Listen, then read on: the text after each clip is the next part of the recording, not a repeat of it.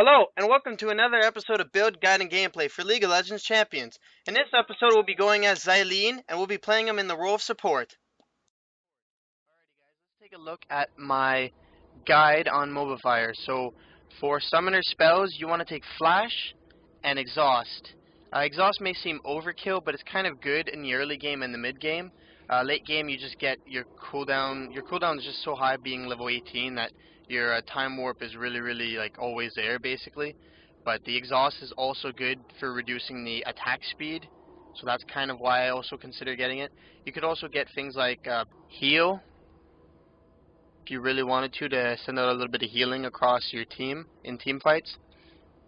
For runes, you want greater marks of scaling magic resistance, greater glyphs of mana regeneration, 3 greater quintessences of gold, 6 greater seals of armor, and then for the other seals you want also mana regeneration. For your items, as your core, you want to always get the Philosopher's Stone first, then the Cage's Lucky Pick, and both these, this gives you sustainability in your lane early game plus gold. This gives you a little bit of harassment with your Q and gold, and then you build into your boots, which go into Ionian Boots of Lucidity, which later, after you get the Sight Stone, get the Captain enchantment to be able to support your team with movement speed, like an increasement of movement speed, to your whole team. And then during all these, you can either choose to get the Crystalline Flask, since you'll need mana regen from MP pots or HP regen from HP pots, or you could just do however you like it. If you just like health pots and MP pots, it's up to you. Whenever you can and you find that maybe you need this, it might be good after you get the Sight Stone to get the Elixir of Brilliance. Before you get the Sight Stone, if you don't have enough gold, you're going to want to come back and buy Sight Stones here and there. Sight Wards, sorry. And then if you notice that the enemy support is more of a Sona, a Taric, or someone like that, that is always going to ward, and if you check their inventory and they always have wards, then you're also going to want to buy, instead of a Sight Ward, you're going to want a Vision Ward so that you can counter their warding. So your final build kind of want to look like something like this. You want the Runic Bulwark, the Ionian Boots of Lucidity with the Captain enchantment. You want Guardian Angel because, yes, your ultimate does kind of revive anyone about to die, but if you have Guardian Angel, then you won't get focused and you'll be able to support your team the whole time. You could always change this item for something else. Some people have a preference and maybe this might seem overkill, and that's completely understandable. But in my game, I went 20-0, or sorry, 5-0-20 as a support, and having Guardian Angel was a good feeling to have that goose egg, to have 0 deaths in an entire match. You want the Ruby Sightstone, Shirelia's Reverie, and Locket of the Iron Solari. Why all of this? Well, this gives your nearby allies tankiness and HP regeneration, which is really nice. You're going to have to try and call this in each match, saying like to say maybe a jungle that you're getting the Runic Bulwark, or some other kind of character that you will be the one to get this item. Locket of the Iron Solari kind of gives you a tankiness, but can kind of prevent people from dying from an Ignite, because Zilean doesn't have any heals. All he can do is make them run away quicker.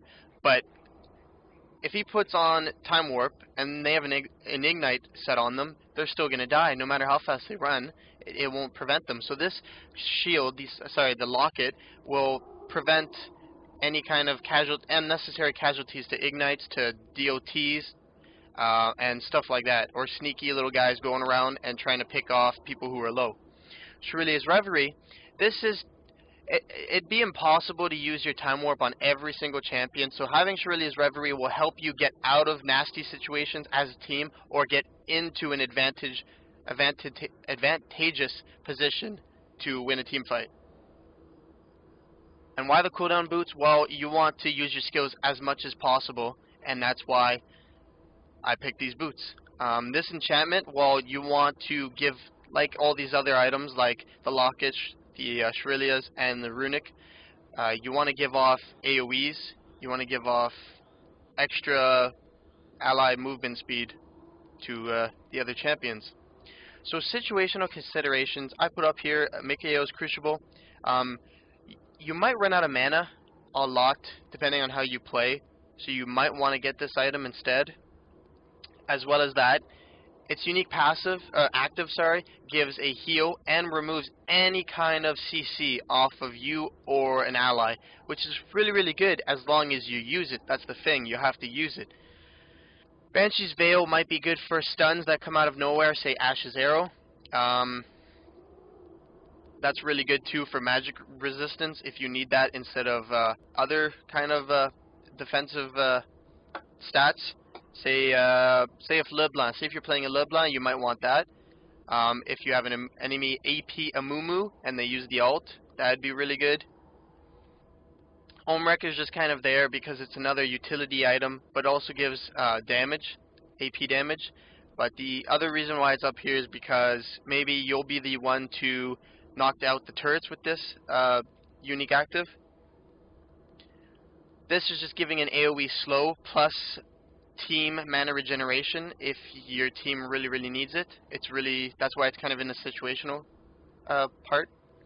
Zeke's Herald is for if you have kind of a heavy AD presence and they need more lifesteal, or some don't have lifesteal, so you can give it to them. This also lets you get off your basics more, which gives you that +3 gold off the Masteries utility tree. This is if you're against an enemy Tryndamere, a Fiora, stuff like that, and you're getting killed way too much. However, this item you have to be careful because you can't always buy it. You might have, say, a Hecarim jungle on your team, and he will purchase this item over you, and then you might not want it. You might want to consider other items, say like the Warmogs, just to be tanky. Twin Shadows, it just kind of gives you even more CC. If they're out of range of your Time Warp and you just can't get them, using the Twin Shadows will allow you to get up to them, then use Time Warp, which will just be crazy CC, and your team will love you. Affian's Unholy Grail, well, that's all about the cooldown, mana regeneration, and the MR, the magic resistance. So that is also situational on how you want to play. You might want to get this actually earlier ahead of your items. So if you choose to get the Affian's Unholy Grail, you'll probably want to get it after your Sightstone and after your fully developed boots. After your Philosopher's Stone, Cage's Lucky Pick, so right about here. For ability sequence, it really depends on who you're laning with. If you have an Ezreal, do not max out your Q. Max out your Time Warp first. If you have someone who is not as harassy, then you're going to want to max out your Q first so that you can be more harassing.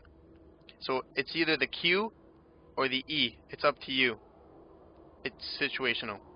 Now for Masteries, you want to go 0, 8, and 22, relying more on utility and maxing out your potencies as a support, and still having a little bit of durability. So the reasons why you would want to take Zilean as a support are because of his passive, Heightened Learning. So him and his allies receive 8% additional experience. So, and this is all over, this is globally, so this is all over the entire map. They don't have to be nearby Zilean for it to work. So his skills are Time Bomb, Rewind, Time Warp, and Chrono Shift. So like mentioned before with the items and the build that I have for Zilean, I started out for opening items with a Fairy Charm and Sight Wards. If there's any extra gold after that, I'm pretty sure I got HP pots, or MP pots, or a mixture of one of each. So here you're going to have your Q and your E. Your Q to harass and your E to power up your allied champion in the lane. So here I have Pantheon. So all I have to really do is just control the bush. The top one here with myself and the bottom one with a ward. And Pantheon can just free farm because Ashe doesn't want to come in here. Oh, now I have to be careful. Wow, a lot of damage there. So if you're against a ranged, the awesome part about being Zilean is that your Qs are kind of really potent. Once they're on an enemy champion, they'll hit him, and the surrounding minions. If you put it into a minion wave or on an ally champion, then he can farm up the whole wave for you. Things like that. So here we're just kind of farming. I'm allowing Pantheon to farm. Just keeping Ashe at the turret, being careful for any jungles. I'm extremely low health, so I can't really go in whatsoever. So right here I have to back out because we've got pinged for jungles coming in. I'm able to help save my ally champion, and I have to flash out, but I don't die whatsoever from the Ashe volley. Grab some HP pots and come back to building the Philosopher's Stone. Still have some wards though, gonna have some nice control of the bushes in the surrounding of our top lane. So what you want to do all the time is you want to use Time Warp. If you're going to harass, you're going to want to use Time Warp to get out of a volley or to get out of any kind of enemy skills. You're going to want to also use it to get in there to put a bomb on your enemy champion. So you don't really need boots. That's why I have my boots set to 3rd or 4th item in the item build sequence. Zilean's really good with the whole movement speed thing. He's lacking in heals, so you have to be careful. And here, unfortunately, the damage was just overpowering for Pantheon from the enemies, and we had to back out. All I could really do was kind of allow him to move, but it didn't really help him very much. Here I'm getting charged, and I don't go down. Nope, too quick for him. I'm out of mana, so I'm going to have to back out, unfortunately. Oh, there's Pantheon up top right here, defending the turret with his ultimate, so that's a good thing here. Whenever you B, you always want to use your Time Warp to get back quicker. So using Time Warp and the combination with Rewind to use Time Warp once again. So Rewind might be used, yes, to reduce the cooldowns of all your skills, but you want to use it in a combination. So you're going to want to use Time Warp and then possibly put a bomb onto an enemy or on an ally, or use Time Warp again. But you're going to want to use Rewind right after your Time Warp. So if you use a bomb, you use Rewind again, you can put another bomb on that enemy. But if you do so, the first bomb will be eliminated, dealing damage automatically, and then the second bomb will be will go off after that 4 seconds. Same with Time Warp. If you use it on myself and I still can't get away from my allies, I'm going to have to use Rewind and Time Warp myself again to get out of a predicament. That could prevent me from going down. So here on my second back, I get the Cage's Lucky Pick. So now I'm going to be gathering a lot of gold income over time. Turret has been destroyed. And unfortunately we lost our turret here, but because I'm getting gold per 10 seconds items, I'm stronger in the mid and late game. I just don't want to feed. That's the only thing with me. You don't want to feed.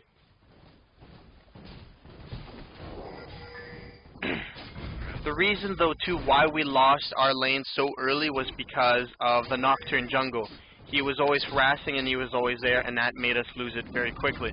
But now we're going to have to push a lane, and we're going to have to go somewhere and defend. So Pantheon traps Nocturne and Teemo into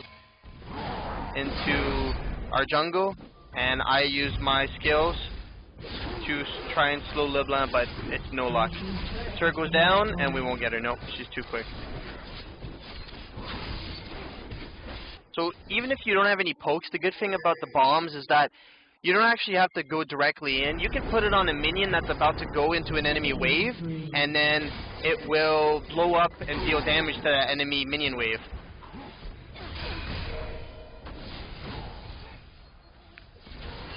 So I put my ultimate on Hecarim, but he was still able to kill LeBlanc, no problem. So it was just in case he would have come back up and he would have killed her.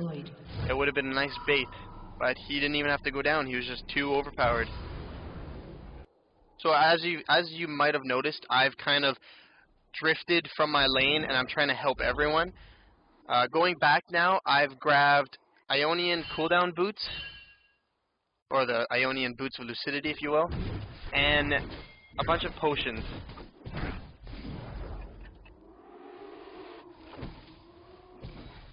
And we're just going to concentrate on pushing this lane since bottom is pushing. They're going to probably go for them first. Purple team double kill. Oh, and Hecarim gets a nice double kill. So our team's doing very well. The only thing is that we lost a turret, but our bottom lane just made up for it by getting it. So I put a bomb on Ashe, so even though she might have got out of our range, my bomb would have blown up and killed her.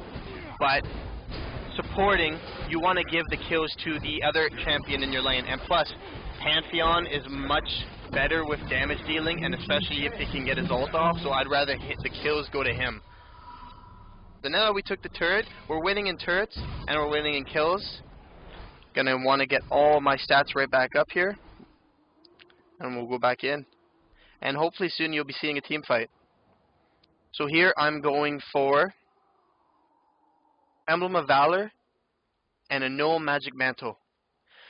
So the magic resistance is good for Ashe's volley and LeBlanc's damage because of this game, and that's the enemy team we're against. And the Emblem of Valor grants HP regen to all the allied champions, so that's really something you want as any support. Usually as a support, you always get the runic bulwark after the Aegis of the Legion. And Hecarim gets the kill. Gonna speed bonus. I'm gonna take the damage away from him so he can get out. I went in first onto the turret, took the damage, and it went for me and not him. So because this team has heavy AP damage, they have a Cassiopeia, a LeBlanc, and an Ashe. Ashe might not be heavy AP damage, but her volley is early game, and that's kind of why I have the magic resistance. So now I'm kind of baiting. I'm just ready to use my ultimate, but I don't have to. The perfect bait leads 2 enemies to their deaths because my team comes in from the jungle. Alrighty, so here I'm in the enemy jungle, and I'm using my skills to get out of there very quickly. Like, for example, Time Warp. However, I'm getting chased by the entire enemy team, and this might be a wrong, so I have to flash to get out of here. But it's kind of like a bait, because Hecarim is a beast, and I'm able to use my ultimate on Poppy, so she will not go down no matter what. And he's following me. I was going to lead him to the mushroom, but Hecarim takes the kill. So kind of an extreme bait, and I think we only got 1 kill out of the 3. So, but here with that, they're weaker. They're 4 against our 5, and we can do a heavy push in the middle with our super minions. Okay, so this is the final push of the team and of the game. Here I'm trying to speed up my allies as much as I can, put on some bombs as much as I can, rewind as much as I can, and use my ultimate to save anyone from dying.